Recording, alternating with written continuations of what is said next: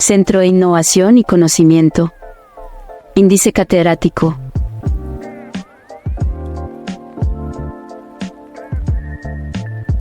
Y de Educación en Salud. Cordial saludo a todos. Desde el Centro de Innovación y Conocimiento Índice Catedrático y de Educación en Salud, nos alegra profundamente darle la bienvenida a este espacio de desarrollo profesional y personal. En IDE Educación en Salud, creemos en las personas y en su potencial. Por eso, trabajamos cada día para hacer el conocimiento accesible a todos, utilizando estrategias de enseñanzas innovadoras y flexibles que se ajuste a las necesidades de cada estudiante. En IDE, el conocimiento es libre como el viento y aprender es un derecho.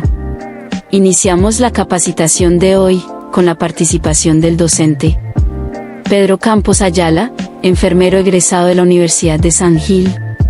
Pedro se ha desempeñado como docente formando profesionales del área de salud, en donde se ha caracterizado por la integración de principios prácticos en las competencias teóricas que imparte.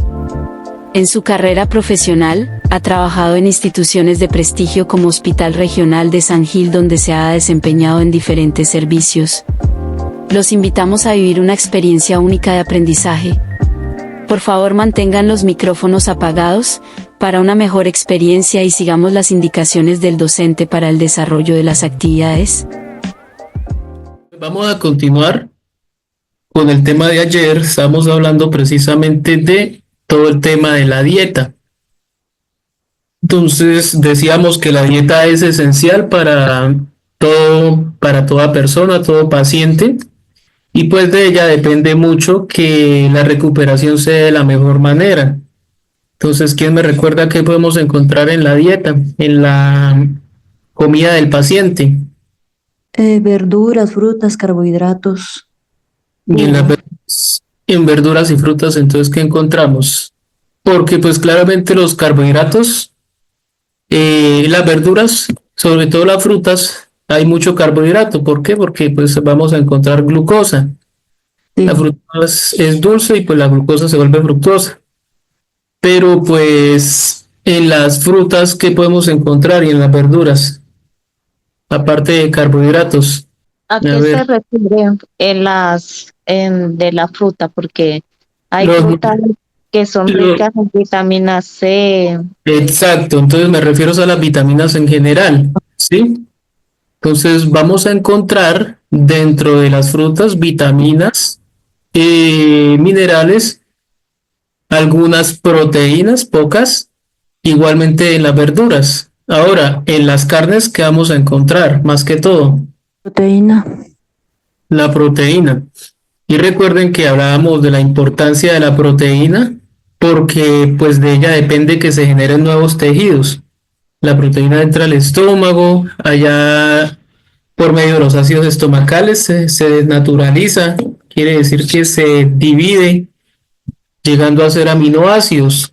Gracias a las vitaminas que también se consumen, estos aminoácidos se pueden conjugar nuevamente, ¿sí? Pasan por el torrente sanguíneo y, por ejemplo, si una persona tiene una úlcera por presión grande, así como la que vemos en la foto, gracias a la proteína, a las vitaminas, se conjugan nuevas proteínas y se forman los nuevos tejidos. Entonces, es importantísimo que nuestros pacientes, ya sea familiar, la persona que estemos cuidando, esté bien nutrida. Si hay malnutrición o desnutrición, pues difícilmente la persona se va a poder recuperar. ¿Listo? Entonces, ayer terminamos con los temas de las dietas en general y hoy continuamos con las dietas. Entonces, íbamos con la primera dieta, que es la dieta líquida. Esa es la más básica. Sí, se utiliza en el ámbito hospitalario y también ambulatorio. Obviamente, si en casa se requiere, pues uno recibe ciertas recomendaciones del nutricionista para hacerlo en casa. El paciente en este caso, pacientes que necesitan un cambio en la textura de su dieta o una mínima estimulación gastrointestinal. ¿Sí? Se usa, por ejemplo, mucho cuando nuestro paciente, la persona que estamos cuidando, familiar o incluso nosotros mismos, requerimos pasar por un procedimiento como, por ejemplo, una endoscopia.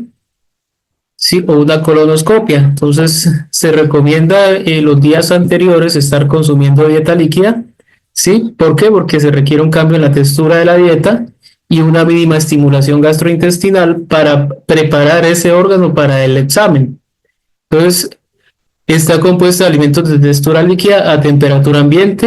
El objetivo es aportar fluidos y electrolitos a individuos que presentan enfermedades de base o, como les comentaba, para una preparación específica.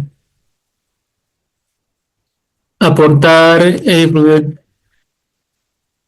y valorar la tolerancia digestiva para que la dieta llegue progresivamente a la normalidad. Entonces, lo que les decía ayer, muchas veces el paciente pasó por un procedimiento quirúrgico o el paciente tuvo una sospecha de una obstrucción intestinal, entonces tocó dejarlo sin vía oral, pero resulta que si ya se resolvió todo el cuadro clínico y el paciente de pronto pudo hacer deposición por sí solo, porque la obstrucción intestinal lo que hace es que le impide al paciente hacer deposición, entonces ya se le puede iniciar una vía oral nuevamente, o sea, se le puede dar comida.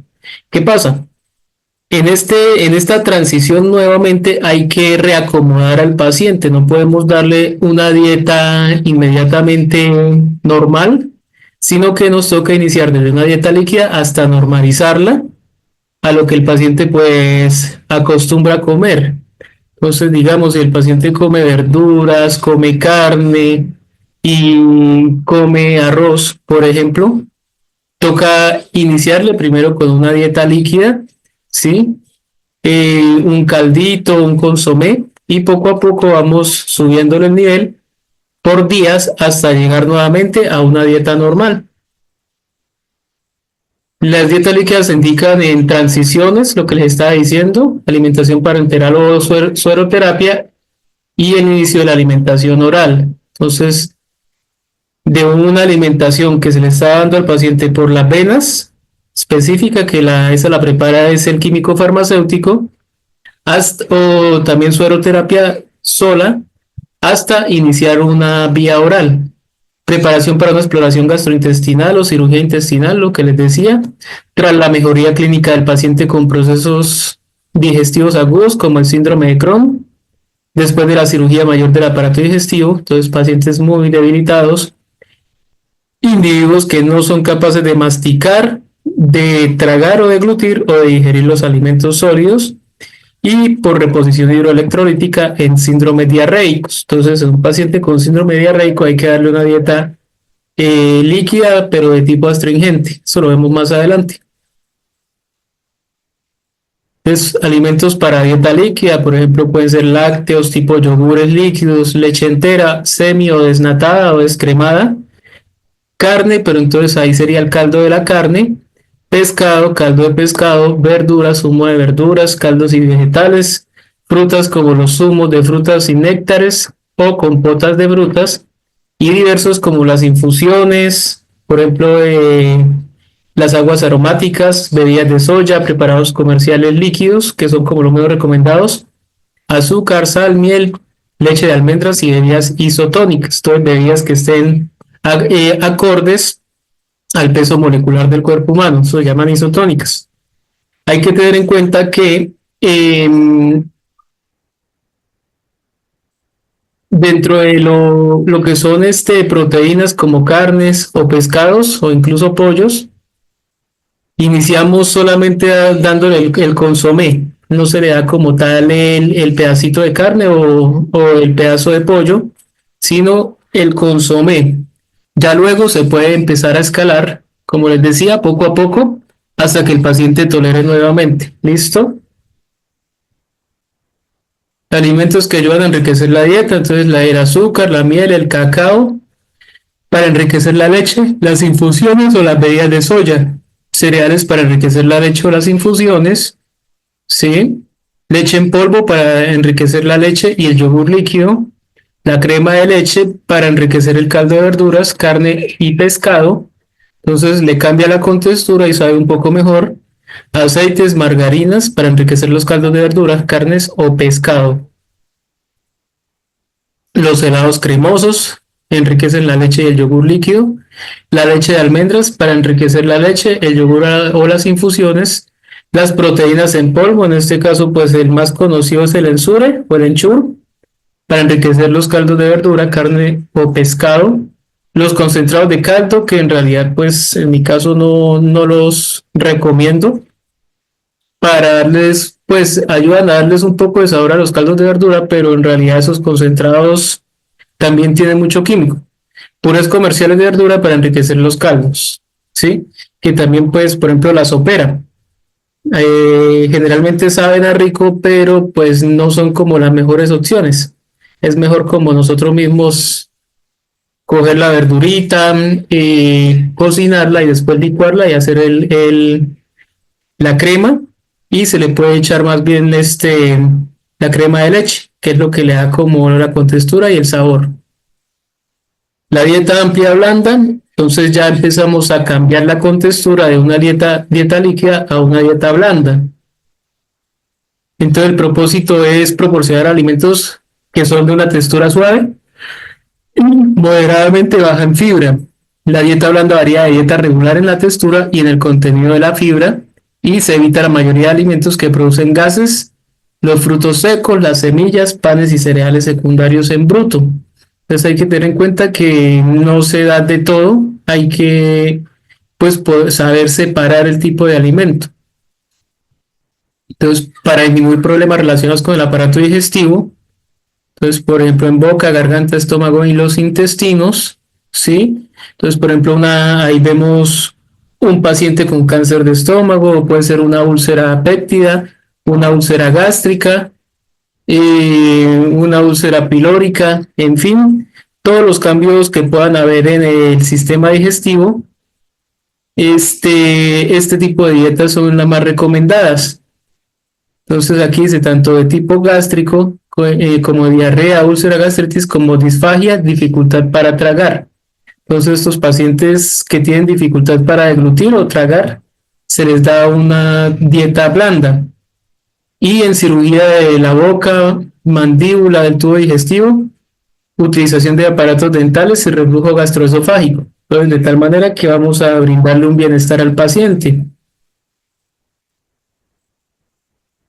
Los tipos de dieta blanda, entonces está la astringente, la blanda no astringente y la blanda para patologías gástricas. Entonces, la astringente para la solución de problemas digestivos como gastritis, diarreas o úlceras.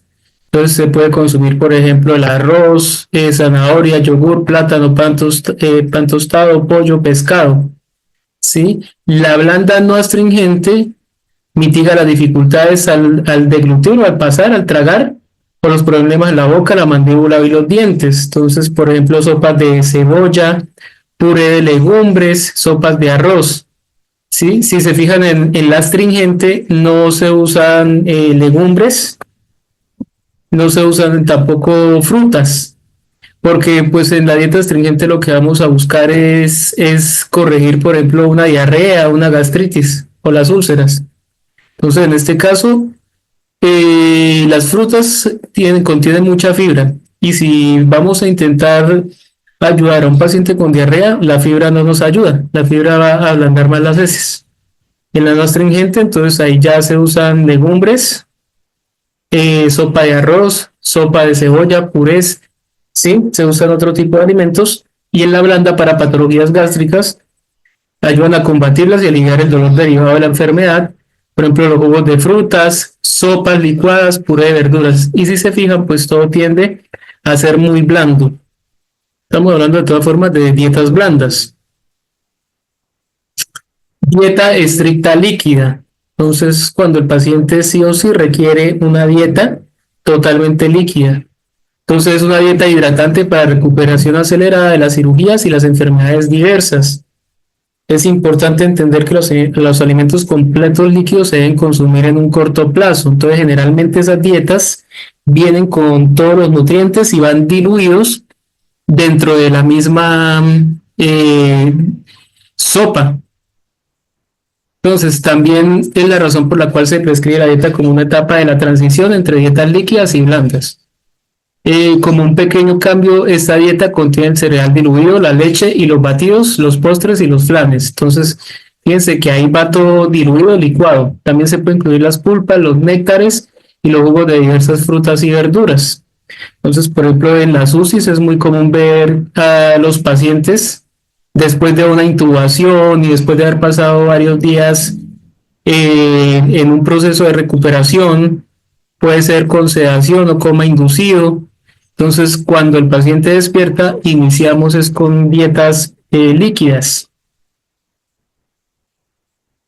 Es importante recordar, esta dieta no es adecuada para las personas que sufren intolerancia a la lactosa. Entonces, bueno, también ahí depende si uno de los compuestos de la misma sopa contiene leche, entonces es importante saber eso. O que tienen un nivel bajo de tolerancia a los líquidos ligeros. Hay pacientes que consumen líquidos ligeros y les da diarrea. También se afirma que las personas que tienen las lesiones en la mandíbula y problemas de masticación encuentran alivio con los alimentos líquidos. Y pues las más comunes son las coladas, las sopas cremosas, jugos, té y gelatina. Para el material, entonces, es importante tener listo lo que vamos a utilizar. ¿Sí? Entonces, la dieta más que todo, si es una dieta de una persona que solamente requiere su plato, su cuchara o a veces pitillo, listo, súper fácil, pues lo que vamos es asistirle la dieta. Entonces, asistir la dieta es que nosotros le vamos a dar. Pero aquí vemos unos elementos que se utilizan cuando el paciente por sí solo no lo puede hacer. Entonces, aquí arriba vamos a encontrar una bolsa de gastroclisis, ¿sí? Donde aquí se echa ¿sí pueden ver el mouse que estoy moviendo o no? Sí, señor.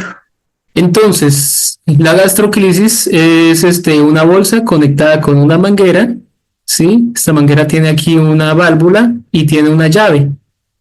Y pues, ¿qué hacemos en este caso? Pues lo primero, si está nueva, recién salida del paquete, vamos a cerrar la llave, ¿sí? O la podemos cerrar aquí con el clamp. Esto se llama un clamp. Clampeamos o cerramos la llave y aquí destapamos y echamos la sopa, por ejemplo.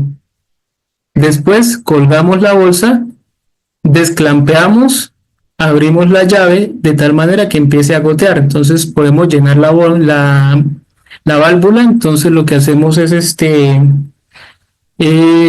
oprimirla para que baje el líquido y quede más o menos a la mitad y dejamos que se purgue todo el sistema. Ya cuando baja la última gota acá en este lado, en la punta, esta punta va conectada junto con la sonda. Entonces esta sonda generalmente va conectada al paciente. ¿Sí? Estamos hablando, por ejemplo, un paciente que requiere alimentación asistida, pero por sonda. Es una sonda nasogástrica que va desde la nariz hasta el estómago. En algunos pacientes va desde la boca hasta el estómago. O hay otros que tienen este tipo de sonda, que se llama una sonda de gastrostomía, que va directamente al estómago por el abdomen. Entonces, estos pacienticos tienen una fístula, ¿sí? Un huequito en la pared abdominal. Esta parte va por dentro del estómago, aquí va inflada para que no se salga la sonda y esto va sobre la pared abdominal. Entonces, generando una compresión para evitar que se salga. Y pues en este caso lo que haremos es conectar la bolsa de gastroclisis a una de estas dos bocas. Cualquiera de las dos se puede, sin embargo la que más se usa es la del medio, ¿sí? Y aquí tenemos una jeringa de punta catéter. Si se dan cuenta, es una jeringa diferente a las que estamos acostumbrados a ver. Tiene una punta especial. Esta punta empata directamente acá o aquí en la sonda nasogástrica y sirve para lavar el contenido de la sonda. Entonces, ¿cuál es el objetivo? Que aquí en la sonda no queden residuos de comida, porque si quedan, entonces se puede empezar a tapar la sonda. Lo otro, muchas veces lo que hacemos es utilizar agua tibia, casi caliente, y se la pasamos para que en las paredes de la sonda la grasa de la misma comida que le damos al paciente no se quede en las paredes y empiece a taparse. Sí, se empiezan a crear unas placas en la pared de la sonda hasta que se tapa. Estas sondas de gastrostomía pueden durar hasta de 3 a 6 meses y se cambian. Esta, por ejemplo, es de cambio en casa. lo hacemos los enfermeros profesionales en casa. Entonces vamos hasta la casa del paciente y le cambiamos la sondita sin necesidad de trasladar el paciente a un servicio de gastroenterología. ¿Sí? Esa es como la comodidad que se le brinda al paciente.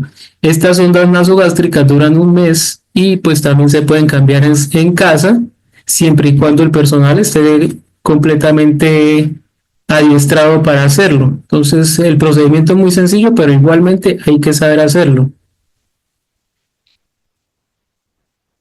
Las medidas de seguridad, entonces aquí vemos por ejemplo una sonda de gastrostomía, aquí está el estómago del paciente. Es una sonda de estas.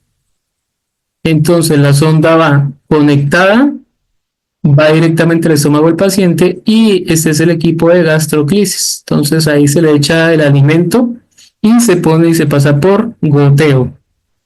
Medidas de seguridad: se transcribe la indicación de dieta o fórmulas nutricionales a la solicitud de dietas. En caso tal de estar hospitalizado, si es en la casa, lo que hacemos es casi siempre le llega el pedido de alimento especial al paciente, o muchas veces el nutricionista le dice, el nutricionista le va a decir, le va a dejar las indicaciones al familiar, hacerle licuados de esta manera. Entonces le entrega un plan nutricional semanal. El día lunes licuado de tal y tal, el día martes licuado de, día miércoles licuado de verduras, por ejemplo, día jueves licuado con pollo, viernes licuado con pescado, etcétera, etcétera. De tal manera que se le estén aportando suficientes nutrientes al paciente. Importantísimo lavarse las manos antes de iniciar la alimentación en el paciente. En el paciente pediátrico se hace el cambio de pañal si es necesario. Este tipo de sondas no solamente se ven en adultos, también en pacientes pediátricos. ¿Sí? Se coloca el babero o toalla de protección. Si es sonda nasogástrica, se coloca el paciente siempre, sí o sí, en posición Fowler en la cama, en la incubadora, en la cuna o en los brazos. Entonces el paciente no puede estar acostado. Acuérdense que se puede devolver, ¿sí?, el contenido gástrico. El paciente puede o vomitar o sencillamente tener reflujo, y si llega a toser se le devuelve, pero para el pulmón, y ahí se nos complica todo el cuadro. Entonces hay que tener muchísimo cuidado con el tema de la posición del paciente. Se procura la comodidad del paciente. Al finalizar el procedimiento, se retira el material utilizado, se hacen los registros, observaciones correspondientes de la alimentación y se informa en caso tal las manifestaciones de intolerancia o rechazo de los alimentos. Entonces es importante que nosotros vayamos evaluando qué tan tolerante es el paciente al alimento que se les está dando. Cuando el paciente se puede alimentar solo, pues se interroga sobre las posibles alergias, si de pronto, aunque generalmente en el hospital pues no se dan medicamentos que puedan generar alergia, pero de pronto de lo más común sería la piña, ¿sí? Que es como lo que más posiblemente se usa en el hospital. Allá no le van a dar mariscos a la gente. Bueno, no sé cómo será de pronto el tema de esos alimentos en la costa, ya que pues allá son económicos y de fácil acceso. ¿Sí? Acercar la charola con alimentos para que pueda alcanzarlos, o sea, la bandeja. Realizar aseo de manos y cavidad oral al concluir el procedimiento. Entonces, importantísimo, el paciente después de comer se le debe lavar la boca. Entonces, si él se alimenta solo, lo más probable es que él también se pueda lavar la boca solo. Confort al término de la ingesta, registrar la cantidad y tipo de alimentos, líquidos orales, y si de pronto consume algún tipo de fórmula, registrar observaciones como intolerancia, dolor, fatiga, náuseas, vómitos, dificultad en la masticación. Entonces, todo eso lo podemos registrar. Ahora hay que tener en cuenta, si nos fijamos en las fotos, hay una paciente pediátrica y una adulta mayor. Sí, que de pronto son las dos edades extremas más difíciles, pero pues podemos encontrar pacientes de adultos medios, adultos jóvenes, que pasen también por procesos difíciles de cuidado. La alimentación asistida también casi siempre se da en las edades extremas, entonces ya sea porque son niños lactantes o porque son adultos mayores que tienen la incapacidad de hacerlo. Se pregunta al paciente el orden con que quiere alimentarse. Si no puede ver, dígale lo que está disponible. Sí, muchas veces tenemos adultos mayores y pues se empieza a darle el alimento y resulta que, por ejemplo, no le gusta la calabaza, calabacín que se usa mucho en los hospitales, y pues el paciente sencillamente lo que va a hacer es a cerrar la boca, ¿sí? Quiere decir que eso no le gusta a él. Le prueba usted con el siguiente alimento, puede ser, por ejemplo, papa. Entonces ya si el paciente la probó y es algo que le gusta, pues el paciente lo va a seguir comiendo. Entonces uno va pues mirando también según los gustos del paciente. No debemos obligarlos a comer. Recuerde que pues está dentro de la dignidad humana. ¿Sí? Si un paciente pues no le gusta, no lo podemos obligar. Proporcionar tiempo adecuado para la masticación y deglución. No le vamos a, como se dice vulgarmente, a embutir toda la comida de una vez. Cada paciente pues tiene su proceso y depende también de sus enfermedades de base. Entonces tenemos que llenarnos de mucha paciencia y hacer el procedimiento de la manera pues con la mejor disponibilidad y de la manera más pausada posible dependiendo de cada paciente. Esto teniendo en cuenta que obviamente no todos los pacientes van a ser igual y igual vamos a encontrar adultos mayores que se comen todo en 3 minutos, ¿sí? Como hay otros pacientes que en 20 minutos, media hora y una hora y todavía no han terminado, pero se comen todo. Lo importante, lo que decíamos desde el principio, es que el paciente coma y alternar los alimentos. Entonces le doy una cucharadita de papa, una cucharadita de, de carne, ¿sí? Una cucharadita de verdura. Entonces, para que para el paciente sea un poco más agradable. El siguiente tema es la atención emocional y apoyo psicológico. Entonces, recordemos que una hospitalización afecta en todo el sentido de la palabra a una persona, tanto psicológicamente como emocionalmente, como físicamente. Es pues lo que más se ve, la parte física, pues porque precisamente por lo mismo, porque lo podemos ver, pero la parte emocional no la podemos ver, ¿sí? De la parte de las emociones de la persona, solamente la persona que es la que está viviendo la situación sabe cómo se siente. Muchas veces uno le pregunta al paciente, ¿cómo se siente? Bien, bien, bien, pero resulta y pasa que el paciente en realidad no está bien. Entonces, muchas veces son pacienticos que no manifiestan sus emociones, que están acostumbrados a su soledad, en fin, o porque su manera de ser es así, ¿sí? A veces gente puede que sean personas duras de carácter, pero independientemente de qué tan dura de carácter sea la persona, a la final son personas y tienen sentimientos igualmente. Entonces, la salud mental, los conceptos, ¿qué dice la Organización Mundial de la Salud y qué dicen los organismos públicos a nivel mundial también? Salud mental presenta controversia en cuanto a la definición y al campo de acción. Son muchas áreas científicas que se refieren a él y tratan de definirlo de la mejor manera. Algunos lo definen como el estado de equilibrio emocional, cognitivo y conductual que permite al individuo desenvolverse de manera responsable en su entorno familiar, social, laboral y así gozar del bienestar y la calidad de vida. Entonces, fíjense que aquí se define la salud mental como un equilibrio emocional, cognitivo y conductual, ¿sí? Emociones, conocimiento y la conducta. La OMS dice la buena salud mental está relacionada con el bienestar mental y psicológico. Entonces aquí ya se habla del bienestar mental y psicológico. La OMS trabaja para mejorar la salud mental de las personas y de la sociedad en conjunto y ello incluye fomentar el bienestar mental, prevenir los trastornos mentales, proteger derechos humanos y atender a las personas con trastornos mentales. Entonces fíjese la importancia que acarrea todo esto. Sí, la salud mental finalmente es como el eje principal de la conducta humana, ¿sí? Y pues está relacionada con el entorno, con lo que le pasa a la persona, con las situaciones que vive en el día a día. Según la OMS, la enfermedad. Entonces, ¿qué es la enfermedad? Es la alteración o desviación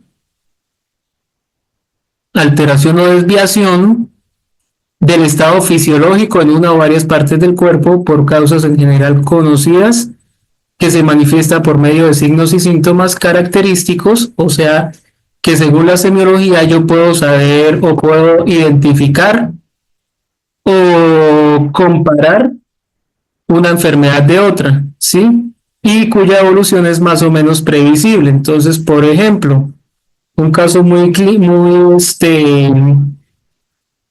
típico es la persona que llegó con dolor abdominal, con diarrea, con vómito y fiebre, y el dolor abdominal va hacia la fosa ilíaca derecha. Entonces, ya con eso uno empieza a pensar que el paciente tiene con una apendicitis aguda, ¿sí?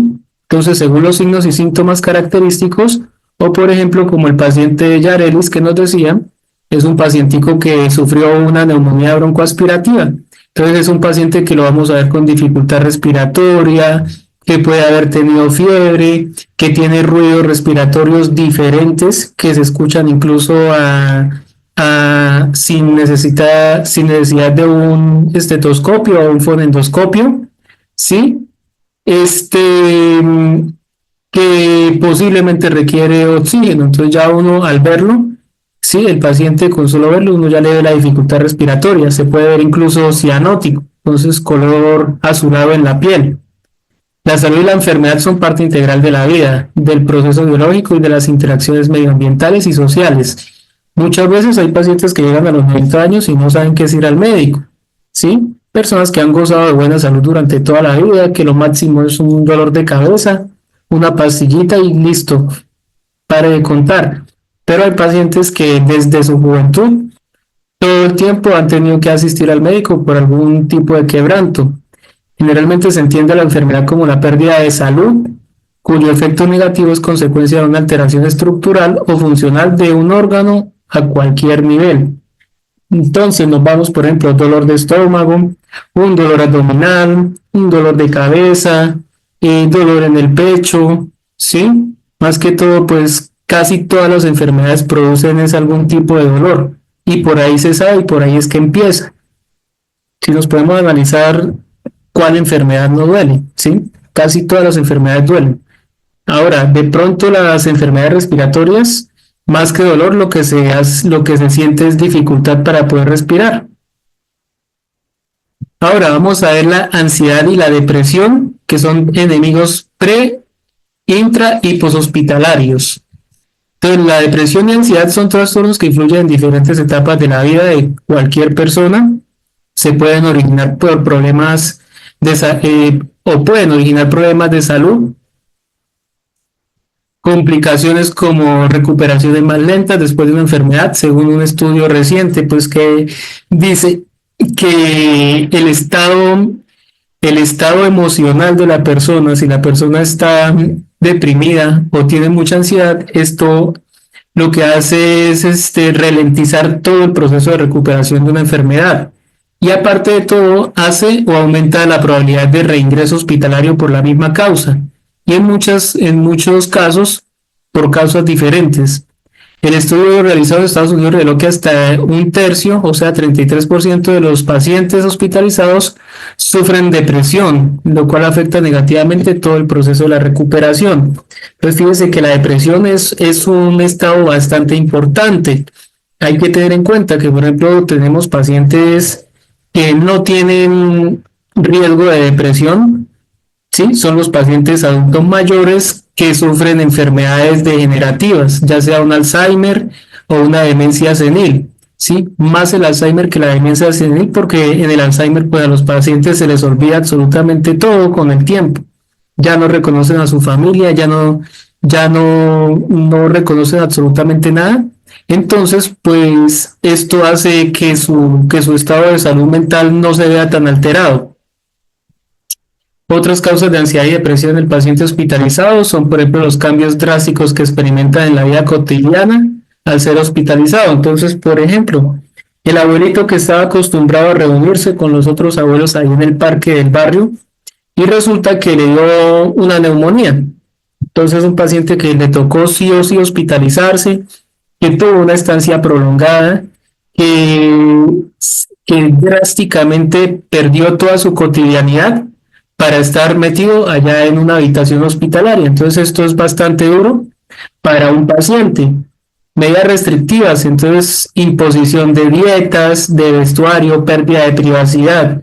Entonces, por ejemplo, un paciente que viene acostumbrado a su vida diaria, a trabajar, a hacer todas sus cosas por sí solo, a comer lo que se le antoje, y resulta que un buen día se enfermó y se le hicieron sus medidas importantes. Sí, no quiere decir que no, por ser restrictivas no sean importantes, como imponerle un tipo de dieta específico, un vestuario. eh, Generalmente se mantiene el paciente con pijama cuando está, por ejemplo, en el hospital, o la pérdida de privacidad. Ya ahorita hablamos del vestuario. La pérdida de privacidad, obviamente, para cualquier persona ya es algo que genera ansiedad. El solo hecho de saber que me van a desvestir y que van a venir un poco de enfermeras que ni siquiera conozco a ver mi cuerpo desnudo, eso genera ansiedad en cualquier persona. El aislamiento, entonces habitaciones no personalizadas y separación de sus seres queridos. Sobre todo esto se da en las UCIs, unidades de cuidados intensivos e intermedios, donde los pacientes pues no tienen acompañamiento. Someterse a diferentes técnicas diagnósticas de exploración a las que se somete el paciente. Entonces, por ejemplo, los pacientes que van para endoscopias, donde hay que ponerlos a hacer vaciamiento del intestino grueso, o sea, del colon, ¿sí? Que le damos un medicamento para que tengan una diarrea y después someterse al procedimiento como tal. Experiencias relacionadas con el dolor, miedo a la falta de información, consecuencias. Entonces, relacionadas con el dolor, por ejemplo, el paciente adulto mayor que se cayó, tuvo una fractura y la fractura pues produce demasiado dolor. Entonces, un paciente que va a estar incómodo todo el tiempo, que va a empezar a deprimirse, ¿sí? Aparte de todo, va a empezar a tener ansiedad, precisamente por saber cómo le va a ir en la cirugía, etcétera, etcétera. Entonces, fíjense que cualquier tipo de cambio que nosotros tenemos en la vida diaria y sobre todo cuando es de un momento a otro, genera en los pacientes ansiedad y depresión. La ansiedad está relacionada con lo que va a pasar, con el futuro, y la depresión con lo que está pasando en el momento, ¿sí? Pero una ansiedad también puede llevar al paciente a deprimirse. Entonces, los círculos viciosos de la ansiedad y la presión y el dolor. Entonces, la ansiedad y la depresión que provoca la ansiedad debe ser abordada y el personal de salud debe ser capacitado para el diagnóstico y contar con un plan de acción para disminuir. Sí, en este caso, pues es importante todo lo que es el acompañamiento y el apoyo emocional. La aparición o aumento del dolor hace que el paciente hospitalizado piense en el agravamiento de la enfermedad y por consecuencia se da un aumento de ansiedad que a su vez aumenta la sensación del dolor. Entonces, sí es cierto que si el paciente se me pone ansioso, va a tener más dolor. A veces pensamos, no, pero es que este paciente es mucho ser cansón, es que todo el tiempo se queja, es que todo el tiempo como que no pone de su parte, pero resulta que son respuestas normales en cualquier persona. Entonces, yo siempre hablo mucho de la empatía. Si nosotros aprendemos a colocarnos en los pies, en los zapatos del paciente, nos daremos cuenta y uno pues empieza a hacer como el análisis. Bueno, y si yo estuviera en esa cama, ¿sería que yo sería igual o sería hasta peor? ¿Sí? Entonces ahí es donde uno dice, oiga, sí, pues yo me quejo de que mi paciente es cansón, de que mi paciente es ansioso, pero no me estoy poniendo en los zapatos de él. Si yo estuviera en la misma situación, probablemente sería igual o hasta peor. Reacciones comunes a la hospitalización depende de factores médicos, factores psicológicos y emocionales y el entorno hospitalario, pero también depende de la personalidad de cada individuo, de la edad. No es lo mismo los extremos de la vida, no es lo mismo un niño hospitalizado de 3 a 8 años, ¿sí? Que son más irritables, a a un niño más pequeño, aunque bueno, más pequeño también tienden a ser a veces irritables, digamos desde el primer año de vida. En meses, los niños, pues desde que se les dé tetica de la mamá, ellos se calman fácilmente, los niños más grandes no. Los adultos mayores, igual, ellos, porque ya entienden y son más conscientes de la situación, tienden es a deprimirse más. También pues hay que ver el tipo de enfermedad que padece. Entonces, según los tipos de enfermedad, pues difícilmente un adulto mayor se va a sentir bien. Ahora, muchas veces no se le dice al paciente qué es lo que está padeciendo, precisamente pues para evitar que el paciente entre en un estado de depresión.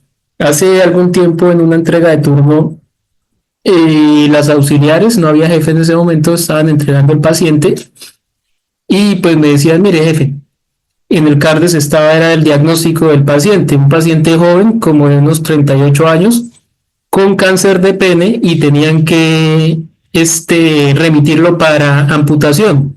Entonces es un paciente que obviamente por su edad, el solo hecho de saber, de llegar a saber qué es lo que está padeciendo debe ser demasiado terrible, ¿sí?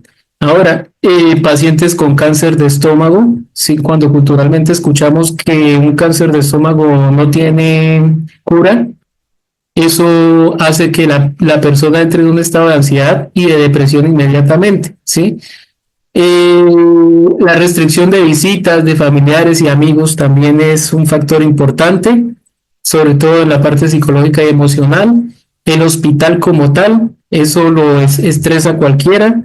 Yo siempre he dicho, a mí yo odio los hospitales en el sentido de ser paciente, ¿sí? Me gusta el hospital para ir a trabajar, pero no me gusta para ir a estar allá como paciente. La personalidad de los médicos y demás profesionales de la salud. Entonces, si hay un buen trato por parte del personal que atiende a los pacientes, súper bien, porque el paciente pues finalmente en medio de su enfermedad se va a sentir cómodo. Pero si los pacientes reciben es de pronto maltrato, palabras feas, caras feas, obviamente el paciente se va a sentir mal. Muchas veces los pacientes dicen, no, es que me gritó, pasó la enfermera, me gritó, pasó el auxiliar, me gritó, pasó el médico y también me gritó, entonces imagínense. Y muchas veces el paciente tiene la razón, a veces no la tiene, pero pues lo que yo digo, tenemos que ponernos en los zapatos de ese paciente, pues, para poder entender un poco su situación. Manifestaciones clínicas, síntomas de ansiedad en pacientes hospitalarios. También hay síntomas de depresión, entonces ansiedad relacionado en lo que va a pasar. Depresión relacionado en lo que está pasando. Y las diferencias entre ansiedad y depresión pues son esas precisamente. Entonces la ansiedad siempre es relacionada a lo que viene a futuro. Los síntomas físicos y psicológicos de la ansiedad, entonces personas con problemas de ansiedad padecen síntomas físicos y psíquicos. Síntomas psicológicos y síntomas físicos. Entonces, psicológicos, el estrés, el burnout, ¿sí? O sea, que se están quemando literalmente.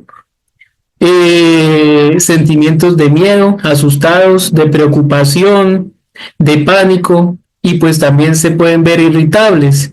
Ahí pues vemos en la foto una mujer que aparentemente está entrando en un estado ya de ansiedad, ¿sí? Y los síntomas físicos son inestabilidad, insomnio, palpitaciones, dolores de cabeza, presión en el pecho, nervios, sobre todo en el estómago.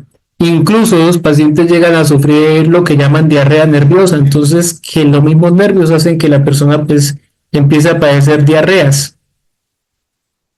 La diferencia entonces, hay en la depresión y la ansiedad, hay factores muy normales en cada uno, pero hay otros que sí hacen parte de los dos. Entonces, en la depresión van a haber altibajos emocionales, pérdidas del interés o placer en hacer sus actividades diarias, poca energía, pacientes que quieren estar de pronto solamente acostados, sí, que se aíslan, incluso para hacer actividades mínimas, desesperanza, aislamiento y tristeza profunda, llanto excesivo y apatía.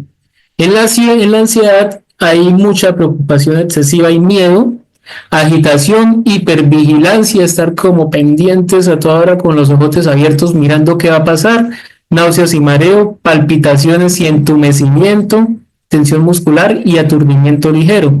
Y en las dos se va a ver sentimientos de culpa, falta de concentración, pensamientos intrusivos, problemas en el patrón del sueño e irritabilidad. Entonces, fíjese que todo esto, estas dos condiciones generan un mar de cosas en la cabeza de un paciente, ¿sí? Y si nosotros, por ejemplo, maltratamos al paciente, peor, porque entonces es un paciente que difícilmente va a evolucionar. En la población infantil, pues también se dan manifestaciones clínicas, ¿sí? Para el niño es mucho más difícil que para el adulto y pues requiere de cuidados especiales para sus necesidades básicas, ¿sí? Un niño está acostumbrado a la escuela, a la guardería, al juego, a sus profesores, a sus compañeros, y pues la experiencia para ellos en este periodo es distinto según su edad, el carácter, la personalidad del niño, enfermedades que padezca, hospitalizaciones previas y otras. Muchos niños solamente nos ven a nosotros vestidos de blanco y ya empiezan a llorar, porque saben que es el que los va a apoyar, ¿sí? Para ellos es traumático, entonces aparte de que les genera ansiedad, les generan traumas solamente ver al personal de salud. La forma en que el pequeño reacciona a la hospitalización depende de su edad, de la preparación, expectativas previas relacionadas a la enfermedad, el apoyo de la familia, de los profesionales de la salud y el estado emocional, ¿sí? Las principales causas de detención de los hospitalizados incluyen la separación y pérdida del control, así como las lesiones y el dolor. Entonces, para ellos, el solo hecho de saber que lo vamos a canalizar, ese ya es el primer trauma o que se le va a colocar una inyección. Entonces, fíjense que, digamos, de alguna manera, emocionalmente, cualquier grupo de edad o cualquier grupo etario se va a ver, se va a ver afectado de alguna manera. ¿Qué estrategias podemos usar para disminuir la ansiedad y depresión? Modificar la infraestructura, puede ser algo un poco más cómodo, pero pues finalmente nosotros como enfermeros pues no podemos meter tanto mano en eso, pero a veces los familiares sí. Modificar la rutina hospitalaria, por ejemplo, hacer risoterapia, musicoterapia, audiolibros, lecturas, cuentacuentos, ¿sí? Hay otras maneras que podemos usarlas si no se puede modificar la infraestructura. Esto pues lo hace más la parte directiva de cada hospital. Ahora, si el paciente lo tenemos es en la casa, buscar la manera de que su entorno sea más agradable para el paciente. Aplicar técnicas psicológicas como escucha activa, relación médico-consultante, actividad física, terapias alternativas, entre otras. Entonces, por ejemplo, si nuestro paciente es un adulto mayor, generalmente a los adultos mayores les gusta contar sus cuentos de antaño, de sus experiencias vividas, etcétera. Con el solo hecho de nosotros sentarnos, así nos cuente 1000 veces la misma historia, ellos son felices con que nosotros los escuchemos, ¿sí? Actividad física, terapias alternativas, ¿sí? Ponerlos a hacer figuras en plastilina, igualmente los niños. Aquí vemos un niño con una batería como de juguete en la foto. Entonces hay diferentes maneras, eso depende ya de la creatividad de cada uno. Hay un artículo que se publicó, razones para cambiar la pijama por ropa de deporte durante los ingresos hospitalarios. Entonces resulta y pasa que el estudio reveló que un enfermo que se mantiene en pijama tiene una estancia hospitalaria más larga que un enfermo que mantiene con ropa deportiva, ¿sí? El solo hecho del paciente verse empijamado todo el tiempo inconscientemente hace que él piense que está enfermo, ¿sí? Mientras que si nosotros le colocamos una ropa más como de calle, el paciente pues solamente con decir le vamos a dar una vuelta aquí a la manzana, ya con eso el paciente tiene para disponerse, ¿sí? Entonces es importante que la ropa que le pongamos al familiar cuando está enfermo, hospitalizado o incluso en la casa, sea una ropa más acorde como para salir. ¿Listo?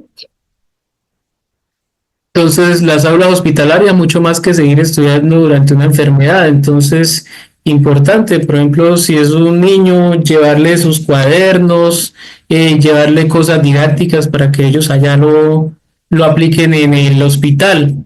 La alimentación también es pues clave de la recuperación, ya lo habíamos hablado, y dormir bien para curarse mejor. Entonces, también es importantísimo el tema del sueño. Hay muchos pacientes que no pueden dormir y aparte de todo, son las 3 de la mañana y todavía por ahí las enfermeras haciendo bulla. Entonces empiezan desde donde estén a callar a todo el mundo porque no dejan dormir. La situación hospitalaria genera un gran estrés que se manifiesta como un elevado índice de ansiedad y pues hay factores estresantes como la pérdida de la salud, la hospitalización, sobre todo cuando es una hospitalización prolongada, las expectativas de la hospitalización, entonces incapacidad de predecir con respecto a los cuidados, tratamientos e intervenciones a las que tiene que ser sometido el paciente y a veces cuando es intervenido quirúrgicamente el tipo de cirugía. Intervenciones y tratamientos, entonces muchas veces van a haber intervenciones psicológicas, sobre todo cuando el paciente está hospitalizado, pero si lo tenemos en casa, pues no vamos a tener un psicólogo, pero estamos nosotros, ¿sí? Podemos hacerle una terapia cognitivo-conductual, una terapia de apoyo solamente con la escucha activa, ¿sí? Dándole apoyo emocional. Aparte de todo, pues está el tratamiento farmacológico, hay ansiolíticos, hay inhibidores del estado del ánimo, ¿sí? Estrategias de manejo en el entorno hospitalario, psicoeducación del círculo de malestar, adherencia a tratamientos, espacios de psicoterapia y movilización versus reposo. Entonces, pues todo depende de la condición clínica de cada enfermo. Ya, y por último, pues vamos a hablar de la persona cuidadora, ¿sí? El cuidador, pues, es también supremamente importante en este proceso, ¿sí? Sobre todo, pues, cuando no está entrenado. Sí, por lo general, la familia es la que asume en gran medida el cuidado de las personas en la situación de dependencia. Entonces, la cuidadora se ocupa de la mayor parte de las tareas relacionadas con la atención de la persona en situación de dependencia y la que permite la satisfacción de las necesidades de salud materiales y emocionales. Entonces, vemos que en estas dos fotos, ¿qué hay como en común en estas dos fotos?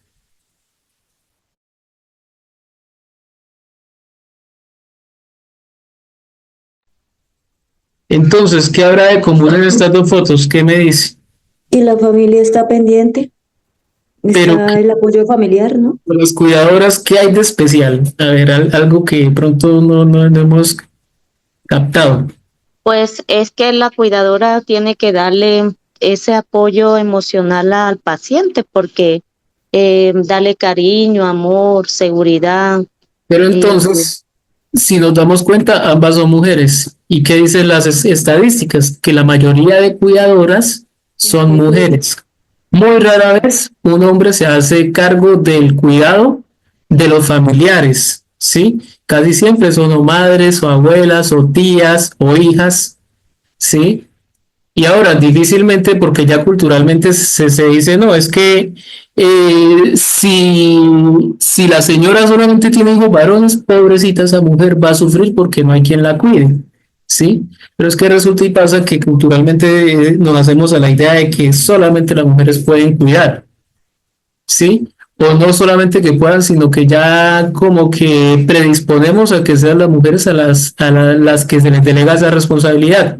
Entonces, la mayoría de las familias es la única persona que asume la mayor parte de la responsabilidad de los cuidados, que además recae mayormente en las mujeres del entorno familiar, parejas, hijas, madres, tías, abuelas, en fin.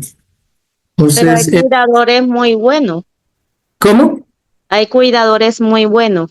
Claro que los hay, pero entonces lo que digo yo es que culturalmente, ahora lo otro es que muchas veces no hay como tal un cuidador, sino que en una familia alguien cayó en cama, inmediatamente se echa incluso la carga a las nueras.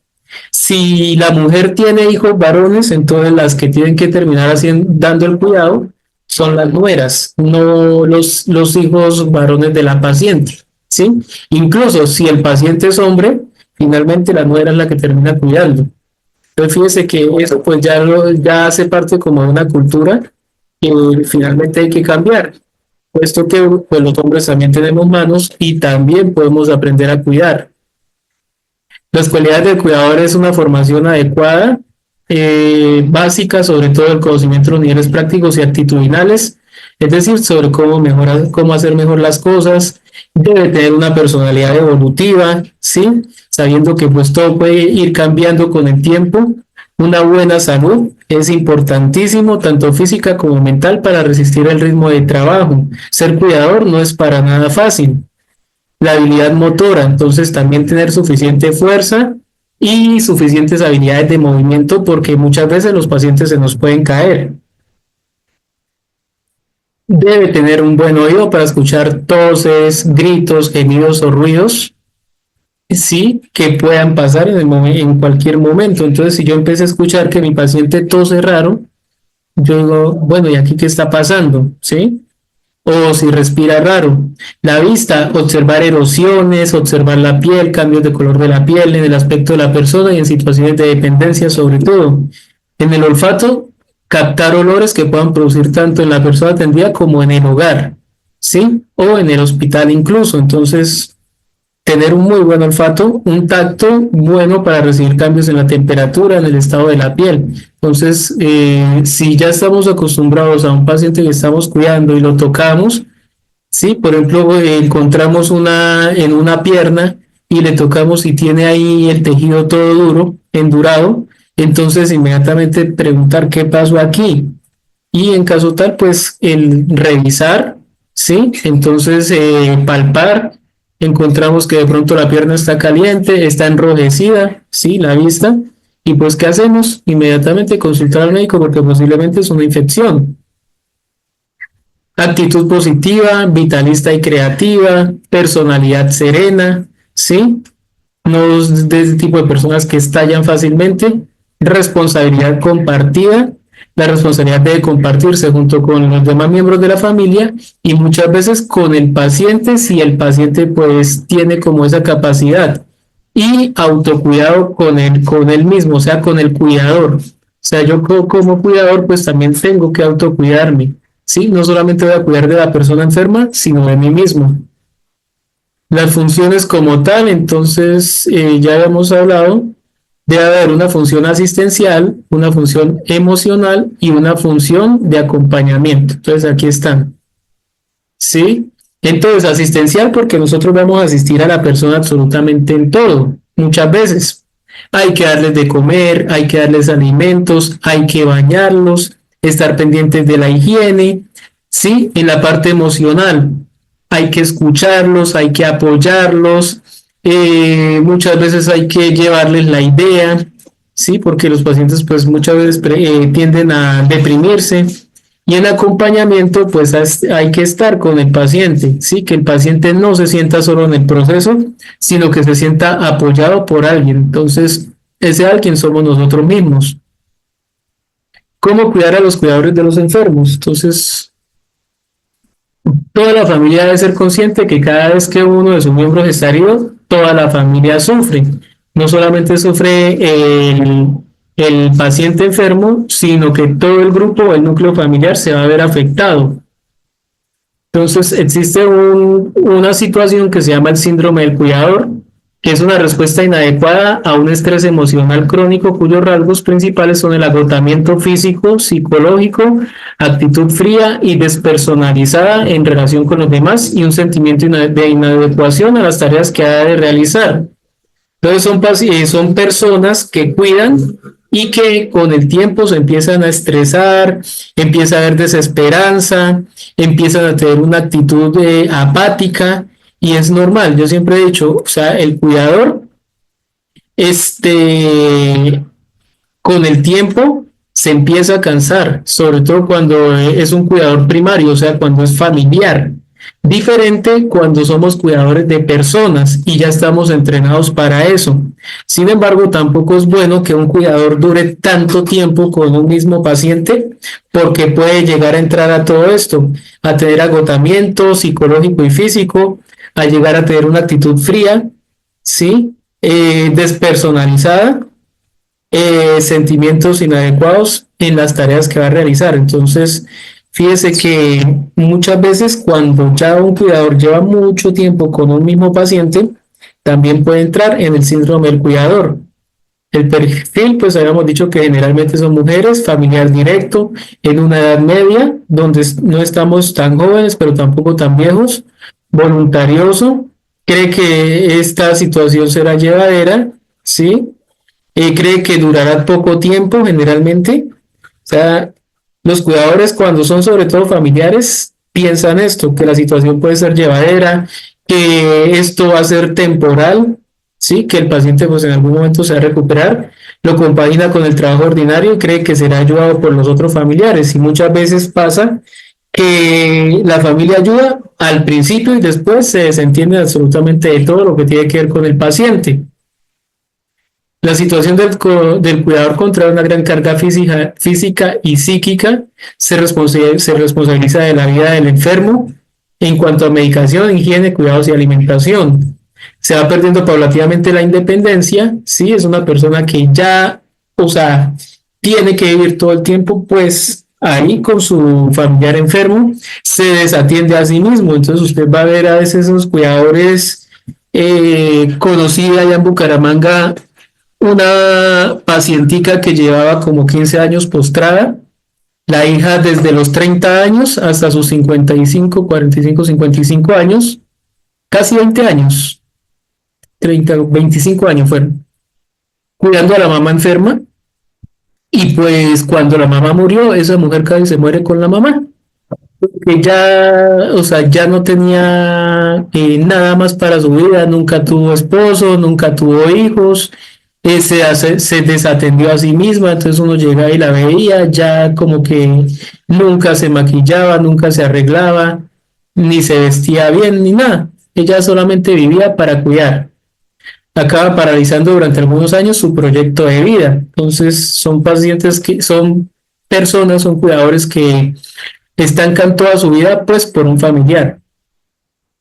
En la situación del cuidar vamos a ver desengaños, la enfermedad se alarga en el tiempo, la situación es cada vez más dura, solicita ayuda y no la encuentra en los mismos familiares, hermanos, hijos del paciente enfermo y las dificultades se van acumulando.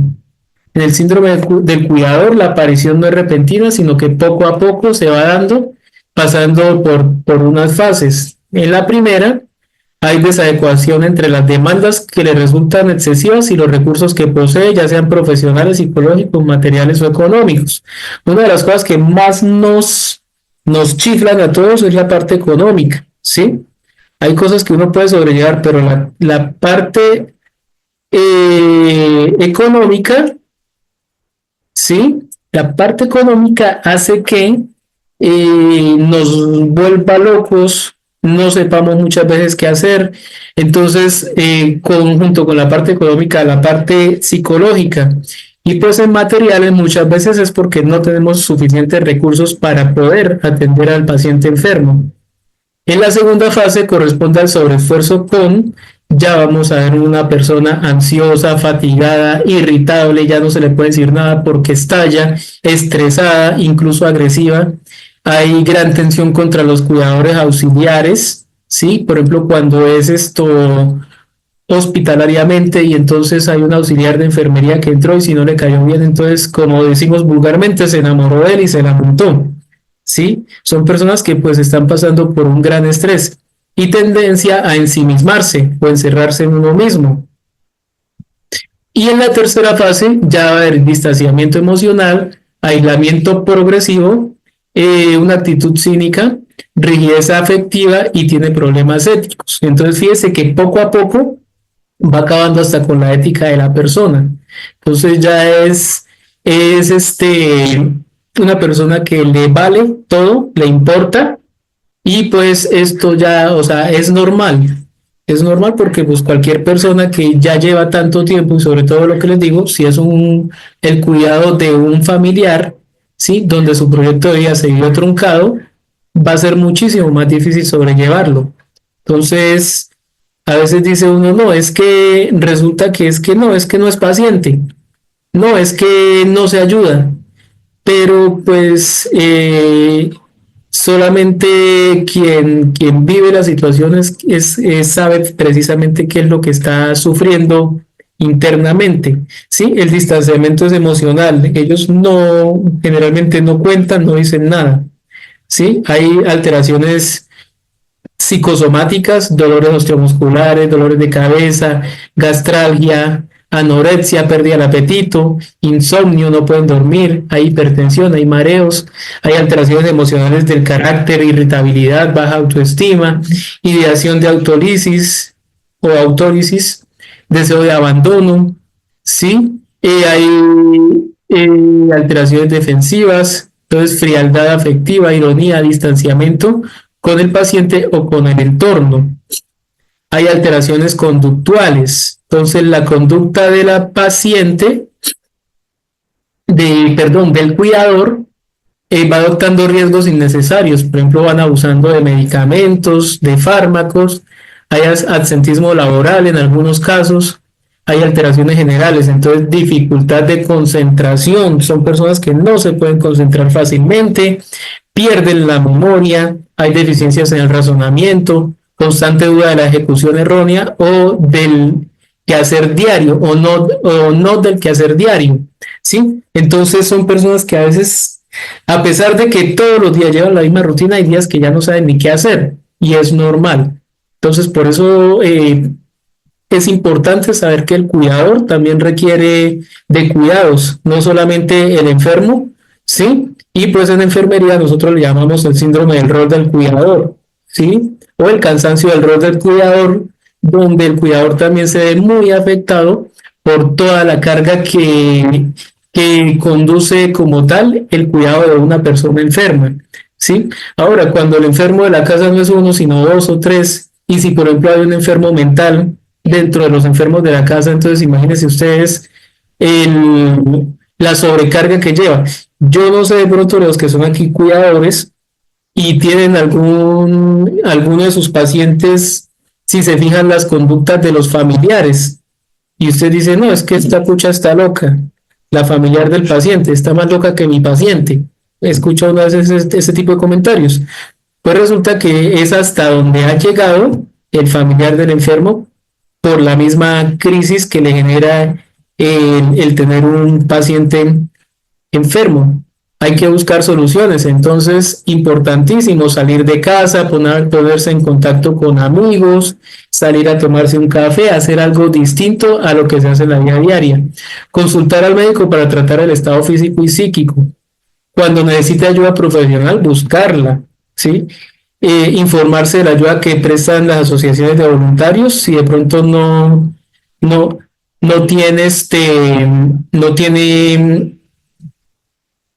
tiene algún tipo de seguro. Aquí pregunta Helen, ¿qué es autólisis? Autólisis son como ideas suicidas. Cuide de sí mismo, entonces es importantísimo, no solamente debemos cuidar al enfermo, sino cuidar de nosotros mismos, llevar una vida equilibrada, tanto física como emocional. Entonces, sobre todo la parte emocional, que es donde nos vamos a ver más afectados. Tomar mayor tiempo de ocio, ¿sí? No todo es el cuidado del paciente, no todo en la vida es trabajo, ¿sí? No todo en la vida son deudas, hay que pues ver que la vida es más que eso. Tratar de tener un buen humor, la alegría, la risa y el amor son fundamentales. No hay recetas prefabricadas, cada persona es irrepetible y su experiencia es personal y única, ¿sí? Llevar una vida equilibrada física y emocional, dejar que afloren las angustias escondidas, las esperanzas frustradas, suponen un respiro interior para el que sufre. Entonces, no solamente sufre el paciente, sino que el cuidador también sufre. Y pues vamos a ver por último este video.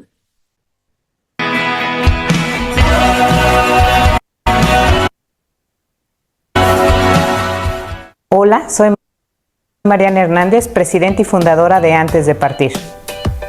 Hemos decidido compartir contigo dudas e inquietudes de personas que fungen como cuidadores primarios, que son aquellos que brindan la mayor parte de los cuidados al enfermito que tenemos en casa. El cuidador se va a enfrentar a situaciones que pueden llegar a perjudicar gravemente su salud física y psicológica. Es lo que se llama el síndrome del cuidador. Con demasiada frecuencia, los cuidadores ignoran sus propias necesidades mientras se centran en las necesidades de la persona a la que cuidan. Así que, ¿quién cuida del cuidador? Te dejamos 7 consejos para tu autocuidado y evitar el agotamiento. Consejo número 1. Pide o acepta ayuda. Puedes hacer una reunión con tu familia para organizar los horarios de todas las personas que, como tú, pueden cuidar a la persona, para poderte tomar descansos con regularidad. Consejo número 2. Evite el aislamiento. Tener redes de apoyo e involucrar amigos. Es decir, todas aquellas personitas que siempre te dicen, dime si hay algo que puedo hacer para ayudarte. Bien, pues hazles saber tus necesidades. Te recomendamos que confecciones una lista de cosas que debes hacer, de tareas, como comprar el súper, lavar la ropa, limpiar la casa o pasar el tiempo con tu ser querido al que estás cuidando.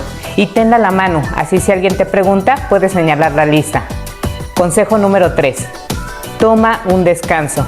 Aunque solo sean 15 o 20 minutos, asegúrate de hacer algo por ti. Consejo número 4. Haz ejercicio. Sabemos que es difícil porque muchas veces no tienes tiempo, pero tomar una caminata de 20 minutos en conciencia, en donde contactes con tu respiración, puede ser de mucha ayuda. Consejo número 5. Vigila las horas que duermes y aliméntate sanamente. Observa si tienes falta o exceso de apetito para irte automodulando y evitar que aparezcan trastornos como el estreñimiento, enfermarse del estómago o largas horas de ayuno que podrían terminar en anemia. Te pongo un ejemplo.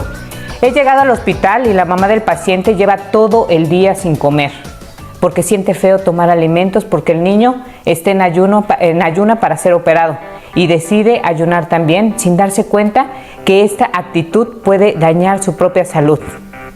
Consejo número 6. Fomenta la autonomía de tu paciente. En cuestiones de higiene hay que saber qué puede y qué no puede realizar el paciente de forma autónoma. Vestirse, comer, cuidar de su aseo.